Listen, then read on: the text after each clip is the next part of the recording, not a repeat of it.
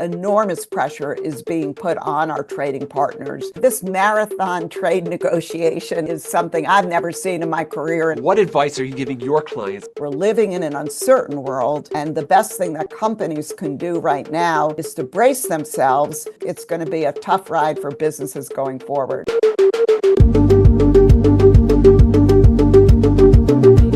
Hello, and welcome to The Call. I'm your host, Jay Sapsford, and here's today's question of the moment. How fast can you make a trade deal?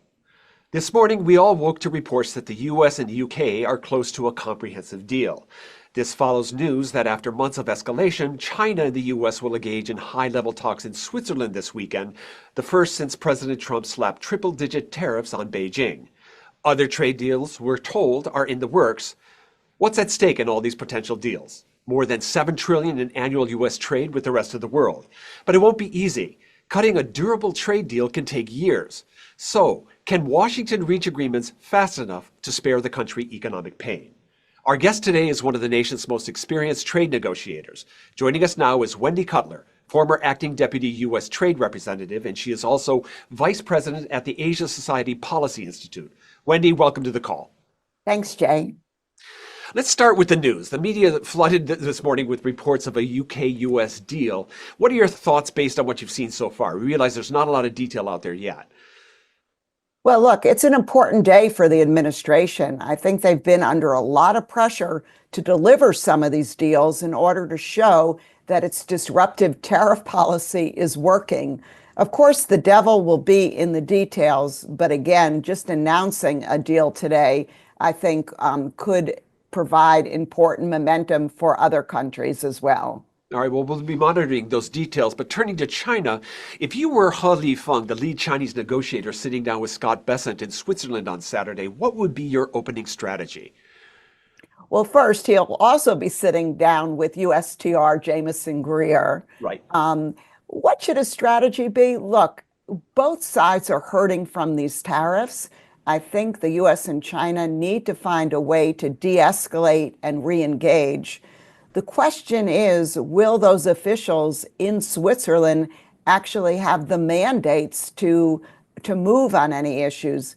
I suspect not. I think this will be an initial conversation. Both sides will share their concerns, their priorities. Maybe they'll hint at some, down payments they would want. But hopefully it sets a course for future discussions and even down the road leads to formal negotiations. Now, you touched on whether or not they have a mandate or not. Is this because the guy at the top can be rather mercurial and change his mind and thereby undermine some of the people out there in the field? Or is it just because they're holding their cards close to their chest? I think it's a combination of both. I would be very surprised if indeed, like they left and said, we're cutting tariffs by 50%.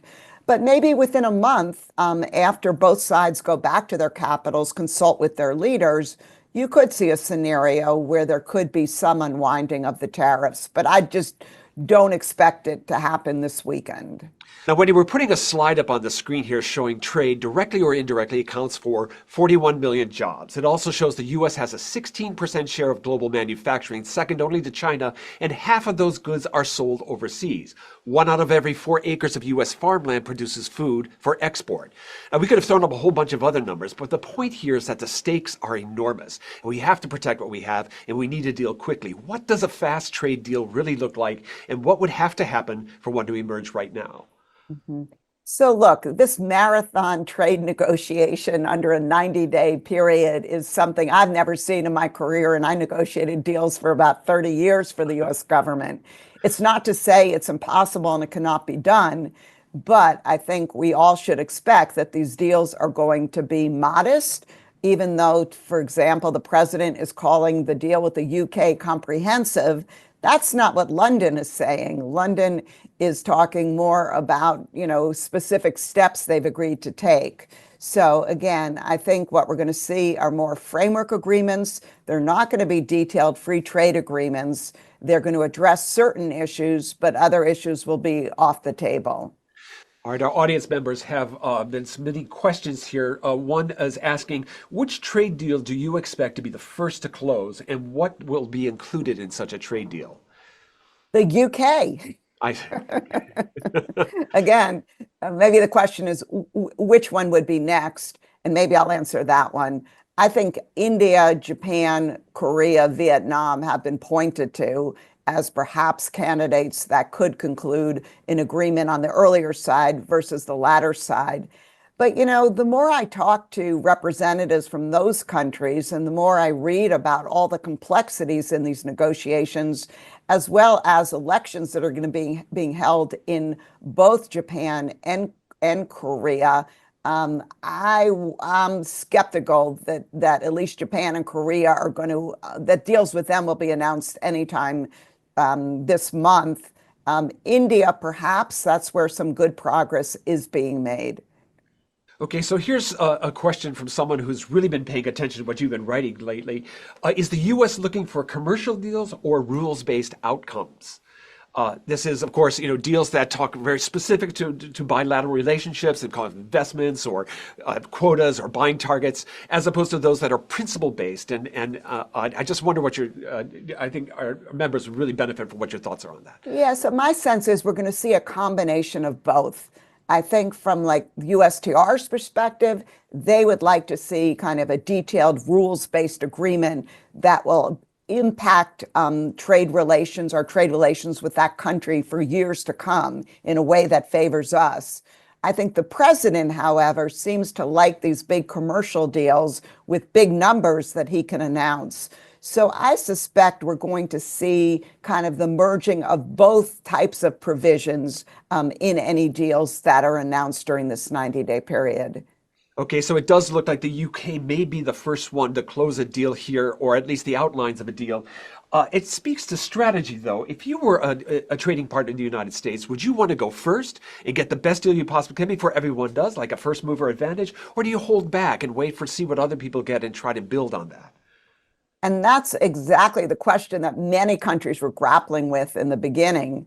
My sense is that for many countries now, they are seeing the U.S. coming under increasing pressure, and due to economic data that's coming out, and as a result, certain exclusions have been announced, and other types of breaks are being announced. And so some trading partners, I think, are convinced that time is on their side and that they should not rush to be one of the first in line, that maybe even within a few weeks, the U.S. will be more anxious to conclude deals and therefore may not be as insistent on lots of requests that they are making. And my understanding is the U.S. is making a lot of requests in these negotiations while offering very little beyond lowering reciprocal tariffs. So as the U.S. makes these requests, people are responding in different ways. So some are like China retaliating. You've got others that are just holding steady and taking a wait-and-see attitude, and others that are unilaterally just lowering tariffs, like India and Israel. Again, if you were on the other side of this, you were a medium-sized trading country, say in Southeast Asia, how would you respond? Yeah, so my attitude in negotiations is the best strategy is nothing's agreed until everything's agreed. And I think for certain countries, for example, that before this 90-day period announced some, big foreign direct investment in the United States, I think they are very disappointed that they didn't get credit for these announcements, that they were just subjected to the same formula that everyone else was to get their reciprocal tariff rate. So again, I was always schooled, nothing's agreed until everything's agreed, to avoid the other side pocketing stuff that is announced but not part of the final deal. Well, getting specific on an example here, as you know, got a background in Japan. I note that Japan has $750 billion in cumulative investment here in the United States, and yet they got tariffs slapped on them as well. They're providing millions of jobs here in the United States, either directly or indirectly, and they have plans to expand their investment in the months and years ahead. What would it take to get credit for what you've already done? Mm-hmm. Well, I think at this point they need to remind the negotiators at the table that they have done all of this and this is ongoing. I mean, once you have an investment in the United States, it doesn't say stay static. You may want to expand the plant. You may want to bring some parts manufacturers close to the plant. So I think they can also point to not only what they've done, but how what they've done can even lead to more commercial opportunities. It seems that some countries are taking a strategy to actually seek trade elsewhere. And there's a number of deals that we hear about are being cut. There was an India-UK deal recently. The EU is looking doing stuff in the Indo-Pacific. There's other talk about getting accession to existing deals. I just wonder if we're going to see more of that in the months and years ahead. Absolutely. I think many of our trading partners, whether we like it or not, are looking to the United States as an unreliable trading partner and recognizing that they need to diversify not only their sources of inputs, but also the markets that they sell to. So I expect a lot of activity on the trade front among our trading partners. And I think this is going to end up hurting the United States because if we're not in those agreements, we're not going to benefit from the preferential market access and other provisions that are an integral part of these pacts. Okay, I'd like to turn back to China if we could. We've got a question here from a member saying, with such a high tariff rate with China, what kind of cut would be needed to make a substantial difference in two-way trade? Even a cut of 50% would still leave incredibly high tariffs. Well, absolutely. But the one thing I would say, if both sides, both China and the US, let's say in the next few weeks, were to mutually announce that each of them are going to reduce their tariffs by 50%, maybe that won't have a big commercial impact, but I think symbolically that would be very important and then could lead to more cuts. But look, once tariffs are over 40, 50, 60%, the margins and the profit margins get so low that it becomes very non-economical to continue selling. And so I think we would really need to see tariffs 50% or lower in order for trade, at least some trade, to continue. Now, you're a veteran negotiator with decades of experience. As you look at the U.S.-China negotiations that will start this weekend, who has the upper hand? Okay, first of all, negotiations won't start this weekend. This is just going to be like the initial meeting, I think, where each side is going to lay out their concerns, their priorities, what they would need in order to enter into negotiations. So we're going to see a dance here between the U.S. and China for a while before both sides are actually at the table with negotiating teams. Okay, so here's another question from one of our audience members on this subject matter. In Trump 1.0, there was a lot of talk about a China plus one strategy. Do you now see the possibility of a China plus US plus one strategy? Well, I think this China plus one strategy, which was very popular, is now becoming, let's just say, not attractive to this White House. They're looking to bring all of these investments back to the United States, not to third countries. And so we're seeing a country like Vietnam, which has a very high trade deficit with the United States, that's been home not only to Chinese companies, but to many US companies leaving China, or at least replicating their supply chains in China.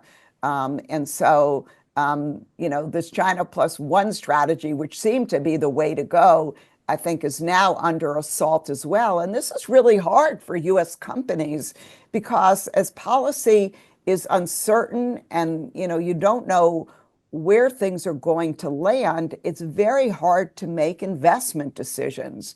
So I worry that companies are just going to put these decisions off, and this is going to lead to less economic activity, a lower GDP growth rates, not only in the US, but globally and regionally as well. Looking at this from the perspective of the U.S., certainly China has engaged in trade activity that the rest of the world finds to be difficult to live with.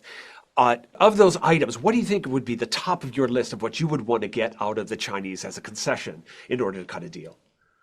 Well, for me, I think any deal to be credible would have to address Chinese excess manufacturing capacity and surging exports of this capacity. Number one, so that would be important. I also think we need to have a frank discussion with the Chinese about Chinese companies moving to third countries to avoid the tariffs. And there, I know we're working with the third countries to ensure that they have strong transshipment and anti-circumvention procedures and regulations in place.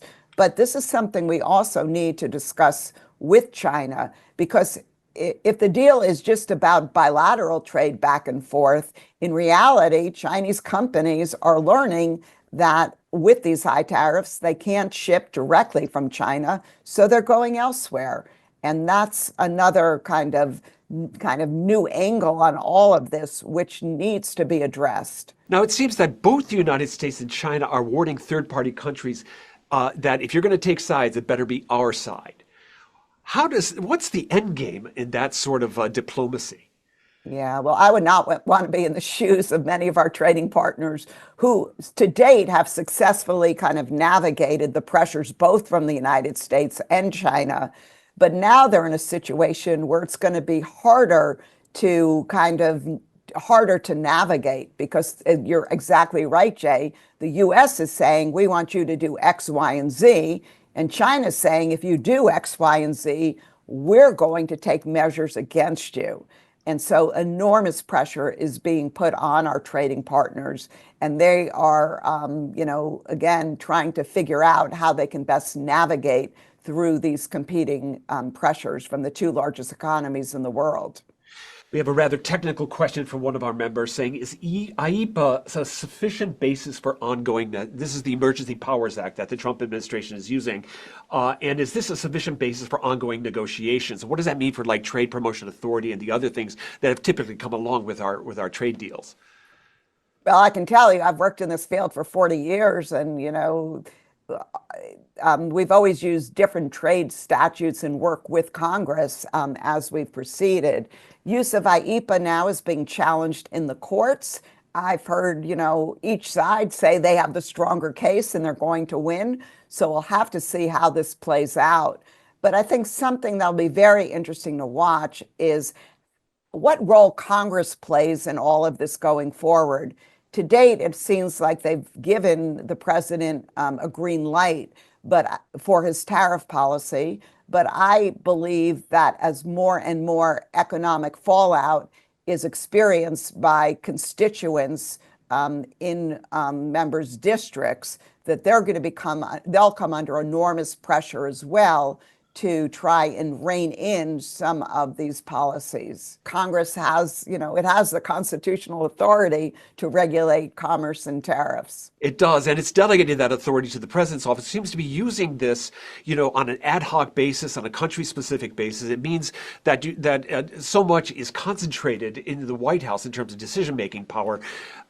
What about exemptions? Are they going to use that decision-making power to grant exemptions in order to get some of these things across the finish line? And what would the process for something like that look like? Well, the administration's been pretty adamant that they're not going to set up the type of exclusion process that they had during the first term for steel and aluminum tariffs, when thousands and thousands of requests came in, as well, also with respect to China. It seems that the exclusions are being granted based on, who's coming to the White House to complain, who has the influence, who can make a strong case.